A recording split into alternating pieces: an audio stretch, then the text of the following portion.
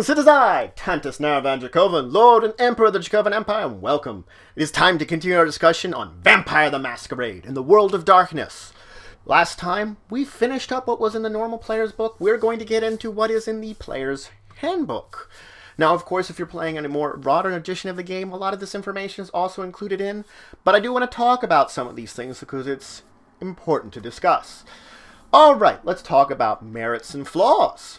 Now, merits are little positive things that you can take of your character, little positive traits you can add in, giving you unique abilities that spread oftentimes throughout different portions of your character and give little situational modifiers. Of course, you can purchase a merit using some of your freebie points, meaning you can have any number of merits you actually want as long as you have the freebie points to purchase it. There, of course, is advantages and disadvantages to taking all of them in all your freebie points to merits, but you could if you really wanted to. Now, each merit has a description of everything it does, and it grants it a point value that it will cost you for taking it along with it. Now, flaws are the complete opposite of merits. They give little negative effects to your character that oftentimes make bad things happen at certain times. Again, it's very situational, and you would take them more often than not to add some character to, well, your character. You are limited in amount of flaws you can take. You can take 7 points worth of flaws. Here's where we get into something about flaws. Flaws also have a point value, but this represents bonus freebie points you get for taking the flaw. So you can get 7 bonus freebie points worth of flaws that you're allowed to take. This means that if you're counting up how many freebie points you can get a maximum of 22 freebie points. Same can be said with merits. You can get a maximum of 22 points worth of merits if you really wanted to. Other editions you might want to look into may have restricted this more. But regardless, it will be up to your storyteller to approve of this. So even if it's not necessarily restricted by the edition of World of Darkness, Vampire the Masquerade you are playing, your storyteller could tell you that you can only take a certain amount of merits anyway. In fact, certain types of chronicles that you may be playing in would really not make sense to take any merits or flaws or restricted merits and flaws. So there could be situations which you would take a different amount of them. You're going to be taking merits and flaws regardless of how many you are allowed to take at the beginning of your character creation. There are exceptions to this that your storyteller could allow you to take them at a different period of time, but it is entirely up to your storyteller when you would qualify this or when it would make sense for you to take this. It might especially be true if your character did not start with merits and flaws and things would occur that would allow you to gain them. So this system is in fact optional whether you take it or not. Now, merits and flaws are separated into categories that they are grouped together in.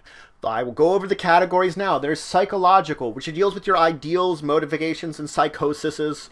There are mental merits and flaws, which deals with the strengths or weaknesses of your mind. There are awareness merits and flaws, which deal with your perception and things that make it better or worse. There are aptitudes, which deals with abilities or attributes that may be better or worse in certain circumstances. There are, of course, supernatural merits and flaws, which kind of are unusual powers or abilities that may be inbound into your body that are supernatural effects, things that defy the laws of physics or reality that might be little traits dealing with your character.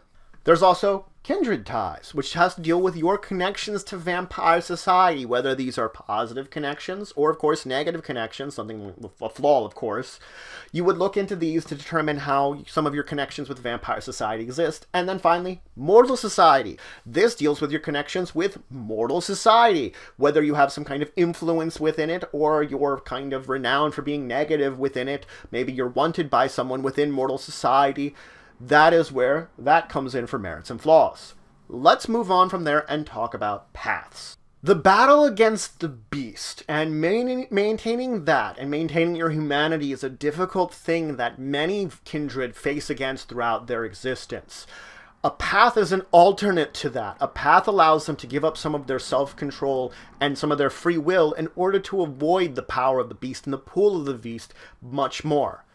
Now, they are called the passive enlightenment by the Sabbat, and of course the Sabbats are the ones that primarily use these, but they've existed since before they existed as an organization, so the paths are actually something ancient that many kindred have gone upon.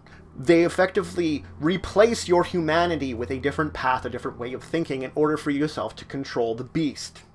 It can be difficult if you're not a member of the Sabbat to gain a path. There are very few that could teach you to go along this journey, to begin this journey down the path, and you would need to find some kind of teacher. A teacher that you would seek out would, of course, begin you upon the path and replace your humanity score with your path score and give you 1 dot in it. Then you're beginning whatever your path is at that moment. Now, you can only be on 1 path at a time. Now, once you get a path, you can, of course, use experience to get it to go up higher and higher. And what it would cost you would be twice your rating in the path in order to advance it. And, of course, you'd have to have some kind of story reason why you're advancing along those paths. Otherwise, it is treated very much similar to humanity, that you will have to make path rolls.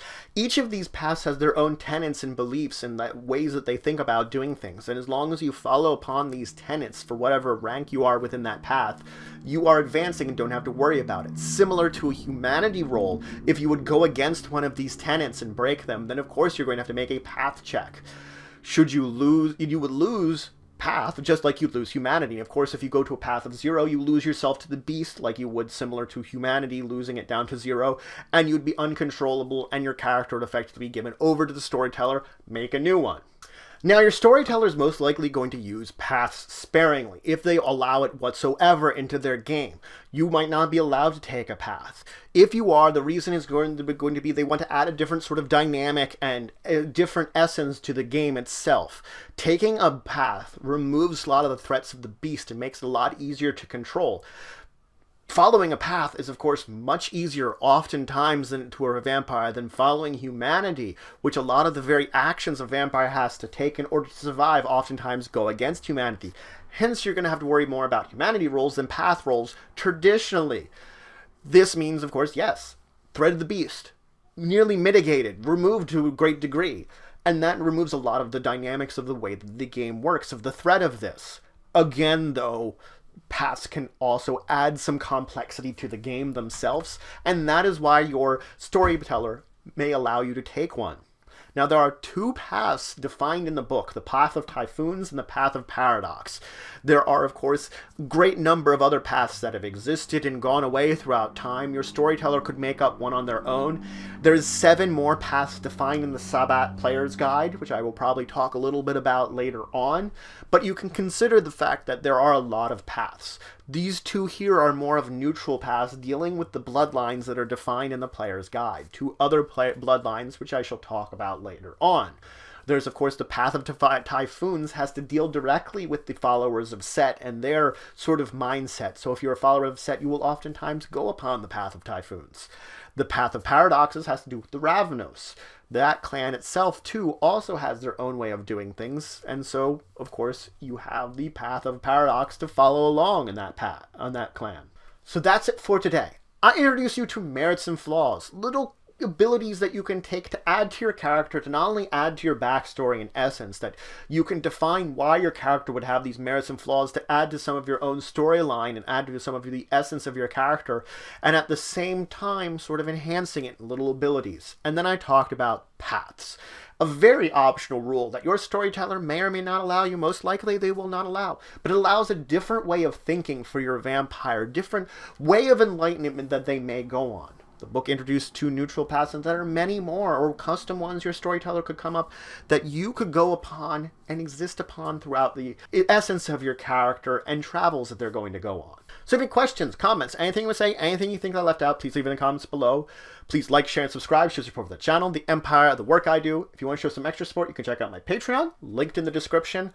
I've just recently joined a new Facebook group, World of Darkness and Chronicle of Darkness gameplay group. I will leave a link to them in their description below. You can check out some more things going on in the World of Darkness and a lot of media going on if you're getting really interested in it, of course. You know, I will leave links to all of my videos on their page too. But regardless, until the next time, I bid you farewell.